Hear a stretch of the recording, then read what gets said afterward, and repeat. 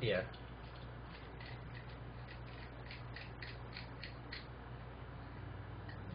Those are those are certainly very good points, and I think, you know, moving towards video, and even though so this movement camp is an experiment, and my hope is that we start to open spaces where people who are ostensibly in the same movement can start to learn to work better together, but also potentially across whatever distinction between one field or movement and another, we can have you know, likewise dialogue and exchange. Now, you know, again, I don't necessarily want to harp on the issue of being face to face, but I think it's a very good space of question, like how trust gets established and how can trust be scalable at all. And you know, there's certain things about being human where it's just easier to bond and connect when we see each other. And so even though, you know, we're having a whole bunch of technical difficulties of,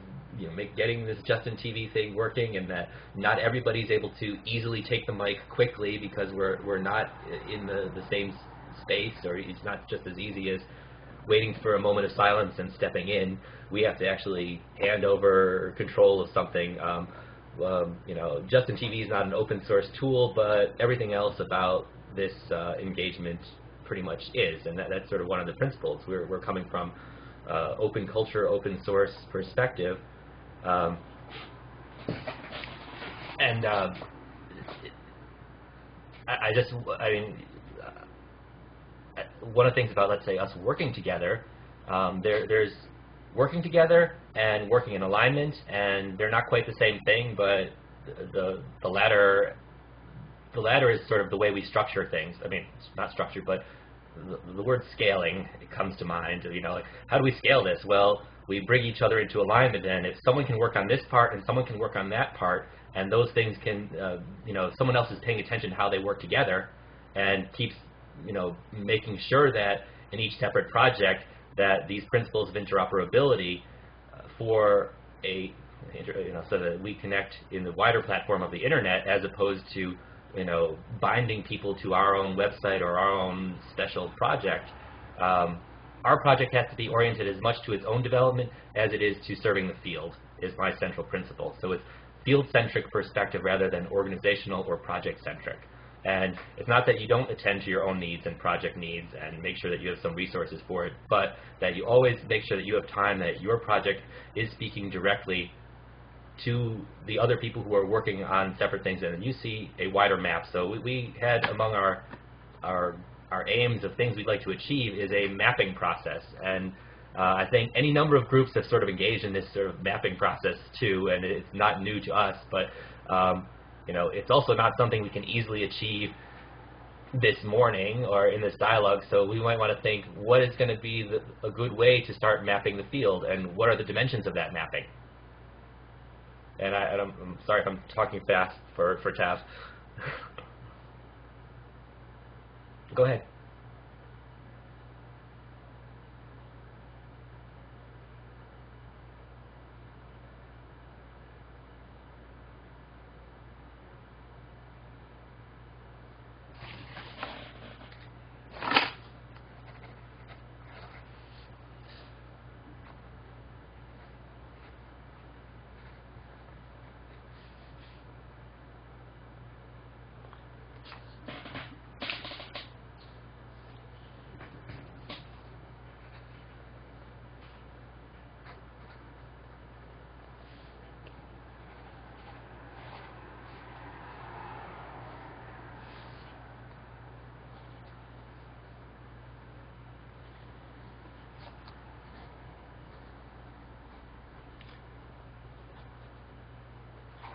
can, I mean, so I certainly don't mean just one thing. I mean a plurality of things, and you know, we can. It's certainly useful to map what is the case, what are the actors out there, what are the different projects and their current status. It's also equally good to sort of map or envision what we want to be, what world we want to have, what kind of relationships we want to see, the kind of interoperability between platforms. Then we have to map paths between them and sort of figure out how to get there and what are next steps. So those are just sort of three lenses, and I think there are other perspectives on mapping, and I don't mean that to suggest those three as exhaustive either. So even, you know, setting those up as separate projects that talk to each other and additional projects of mapping. The key thing is, you know, a lot of people demand focus. Say, what are we about? Let's get focused on this now. And so we have deliverables, and they want to make sure everything is defined so that they can satisfy their funders or their needs or their goals, or they can feel a sense of accomplishment. But when we're in this fluid realm, how can we still feel that we're making progress?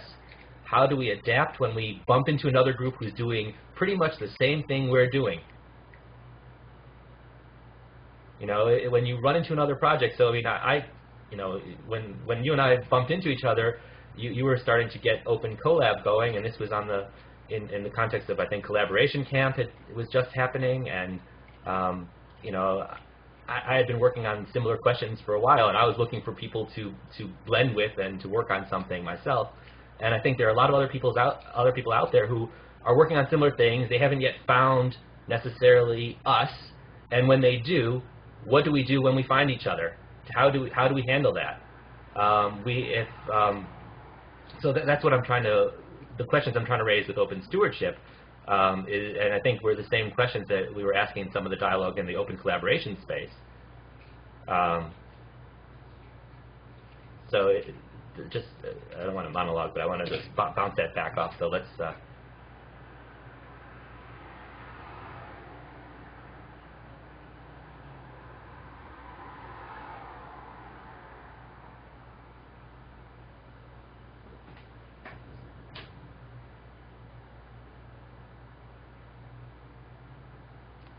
So,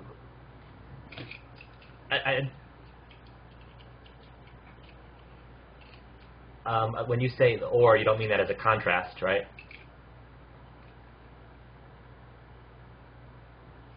Okay. Yeah.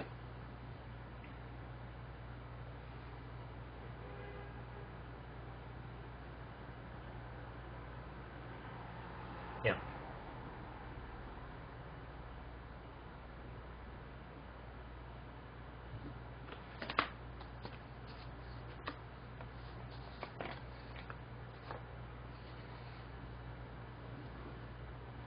So I think we're headed in the direction of an answer. I don't mean collaboration so much in contrast to stewardship, but I was very pleased the other day when I saw you using the term stewardship in one of your postings on the Open Collab list. Stewardship could be just stewardship of your organization or project, but stewardship from the stance of also being a steward of the field and making that an express part of your intentions. You spoke about intentionality earlier, and I think this is part of the intentions that we need to hold, is an intention for also working for the commons, also working for the field. We're working for our project, but our project must always also have an orientation towards the field, and it should recognize that there may be other projects out there that are going to try and do similar things, and how will that project react and work with others, and what is the appropriate manner to do so? So, I think there are some models that we've sort of adapted or accepted from the business world, and this doesn't mean that the social benefit sector shouldn't take sensible advice when it makes sense. If it fits, by your judgment, it makes sense to do something for your organization or your project that is very business-like, then do it. But if other things about branding, which come from the business world, if the branding is to the benefit of your organization and to the expense of the health and vibrancy of the field and potential collaborations in that field, that doesn't work in the social benefit sector. So Tab asked something, has this problem already been solved? Which problem has been already solved?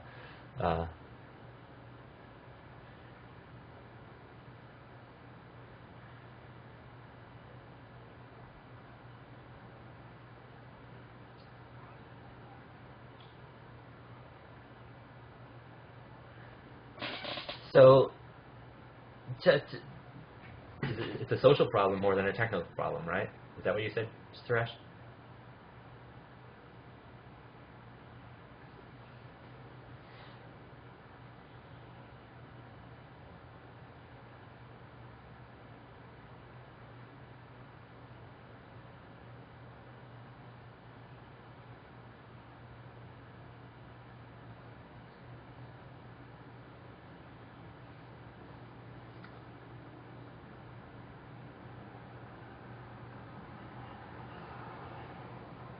So I want to build off of something I see Tav raising in the chat.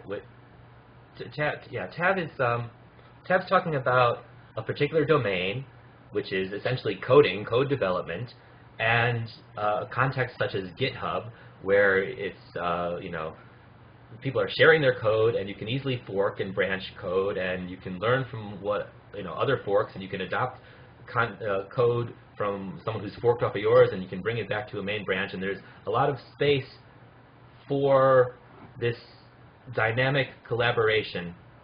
But so thinking of that, in the social sector and looking at the Coalition of the Willing Film, we have what?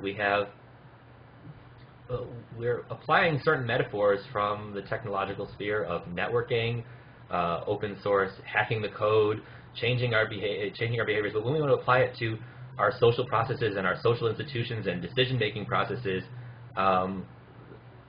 we have this impulse, and some of us are actually living it, embodying it, and we make some of us have made some very strong ethical choices in how we structure our organizations and how we make decisions there and how transparent we are. But as we're applying these ideas of, let's say, radical refactoring of institutions or experimentation and learning, how can we, I think we're trying to struggle to embody these things in the social sphere when it's easier. We can see a good example is, say, Tav says it's sort of solved in this coding area, not that every coder is adopting that perspective, but yeah, Tav says, right, I think we simply haven't agreed on the minimal social processes. So for me, this endeavor has to start with working towards social clarity, and that's part of getting intentions clear, it's part of getting visions clear, and even differences between visions. How does one diff the actions and intentions in the real world, Tab asks. That's certainly the mind of someone who is deeply engaged in code and coding and collaborative coding, and trying to figure out how do we apply this to other social contexts. And I think that's central to what I'm trying to figure out. Thank you, Tab. I appreciate this, and next time I'm going to force the microphone on you and say you're going to be an official speaker no matter what. As he says. Excuse me.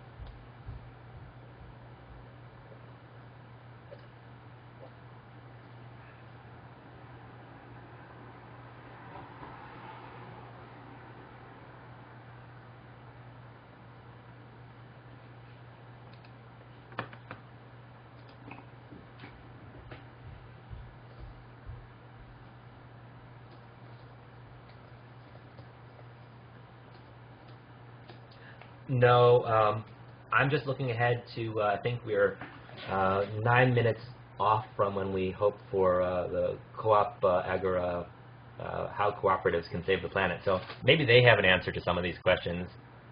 And to the extent these questions are going to be open questions and ongoing, that's also part of the point of view of open stewardship, is that we keep these questions open. And when there's new information, new people wanting to participate, that we may decide that we want to adjust what we're doing and how we're doing it. And I think that's what it means to start applying open source perspectives and open space perspectives to our general social life and the social structures and tools and groups that we form.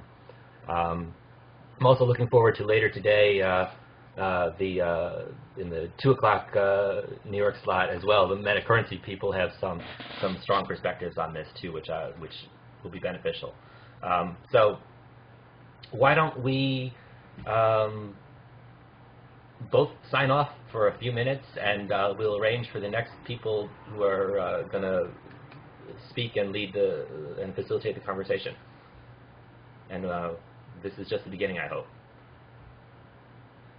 Thank you, Suresh.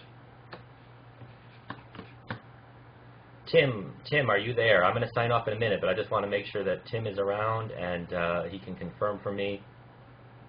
Tim, can you confirm for me that we've got next presenters ready to leave? Oh, good, he's there.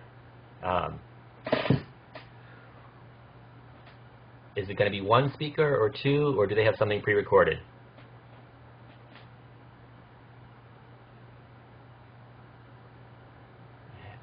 They're not here yet? Okay, it's a pre-record. Do you want to paste the link into the chat room? The direct link to YouTube or wherever it is may be the best way to. You haven't got the link yet for the pre-record. Okay.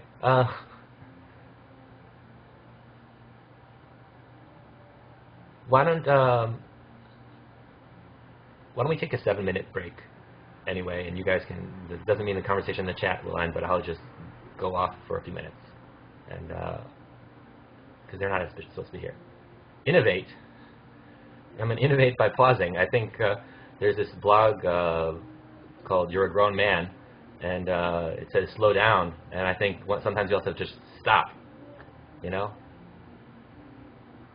I'm innovating. Bye.